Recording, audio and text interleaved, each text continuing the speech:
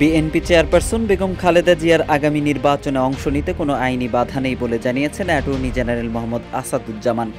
পাশাপাশি দণ্ডপ্রাপ্ত হলে শেখ হাসিনা সহ আওয়ামী লীগের নেতারা নির্বাচনে অংশ নিতে পারবেন না বলে জানিয়েছেন তিনি। ২৭ ডিসেম্বর শুক্রবার রাজধানীর এফডিসিতে ডিবেট ফর ডেমোক্রেসি আয়োজিত এক ছায়া সংসদে তিনি এসব মন্তব্য করেন।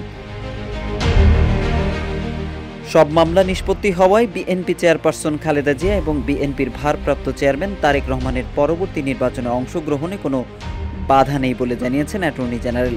তবে আওয়ামী লীগের নির্বাচনে অংশগ্রহণ প্রসঙ্গে দিলেন ভিন্ন বার্তা। অ্যাটর্নি জেনারেল বলেন, অন্তর্ভুক্তিমূলক নির্বাচনের জন্য আওয়ামী লীগের অংশগ্রহণ মুখ্য নয়। তিনি আরও বলেন, জুলাই হত্যাকাণ্ডের দায়ে দণ্ডিত হলে শেখ হাসিনা সহ আওয়ামী লীগের অনেক নেতাই নির্বাচনে অযোগ্য হবেন। আওয়ামী লীগের সভাপতি ও সাবেক প্রধানমন্ত্রী প্রসঙ্গে অ্যাটর্নি জেনারেল মোহাম্মদ আসাদুজ্জামান বলেন, শেখ হাসিনার নির্মম পরিণামের পর তার পাশে দলের কেউ দাঁড়াতে সাহস পাচ্ছে না। তিনি আরও বলেন, যারা নির্বাচন ব্যবস্থাকে ধ্বংস করেছিল, সংবিধান কেটে ছিঁড়ে মানুষের অধিকারকে ভুলুণ্ঠিত করেছে, তারা ইতিহাসের খলনায়ক হিসেবে চিহ্নিত হয়েছে।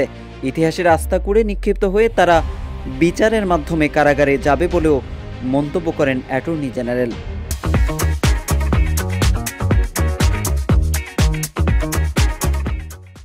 জুলাই বিপ্লবের শহীদদের মহানায়ক আখ্যা দিয়ে অ্যাটর্নি জেনারেল বলেন, জুলাই বিপ্লবের শহীদরা ইতিহাসের মহানায়ক হয়ে থাকবেন। এই বিপ্লব হয়েছিল মুক্তিযুদ্ধের চেতনা ও বৈষম্যহীন বাংলাদেশ গড়ার প্রত্যয়ে। এই বিপ্লবের অর্জন ধ্বংসের চেষ্টা চলছে, তবে কোনো ষড়যন্ত্রকারী অর্জনকে নস্যাৎ করতে পারবে না বলেও মন্তব্য করেন তিনি বলেন, ফ্যাসিস্ট আওয়ামী লীগ মানুষের ভোটাধিকার হরণ করেছিল। ১৯৭৩ সালে কুমিল্লা থেকে হেলিকপ্টারে ব্যালট বাক্স ছিনতাই করে ঢাকায় এনে পছন্দের প্রার্থীকে বিজয়ী করার ধারাবাহিকতায় বিগত ৩টি নির্বাচনকে প্রহসনে পরিণত করেছিল। এসব নির্বাচনকে যারা কলঙ্কিত করেছিল তাদের বিচারের আওতায় এনে দৃষ্টান্তমূলক শাস্তি হওয়া উচিত। বাংলাদেশের অন্তর্বর্তীকালীন সরকার প্রথমবারের মতো জাতীয় নির্বাচনের একটি রোডম্যাপ ঘোষণার পর গণ আন্দোলনের মুখে ক্ষমতাচ্যুত হওয়া দল আওয়ামী লীগ আগামী নির্বাচনে অংশ নিতে পারবে কিনা সেটি নিয়ে রাজনীতির মাঠে নানা আলোচনা আছে। বাংলাদেশে গণ আন্দোলনে নেতৃত্ব দেওয়া ও নতুন দল গঠনের দ্বার প্রান্তে থাকা ছাত্ররা বিভিন্ন সংস্কার করে অনুষ্ঠিতব্য আগামী নির্বাচনে আওয়ামী লীগকে সুযোগ না দেওয়ার কথা বলছে। এদিকে নির্বাচনে অংশ নেওয়া না নেওয়ার বিষয়ে আওয়ামী লীগের দুজন কেন্দ্রীয় নেতার সঙ্গে কথা বলেছে বিবিসি বাংলা।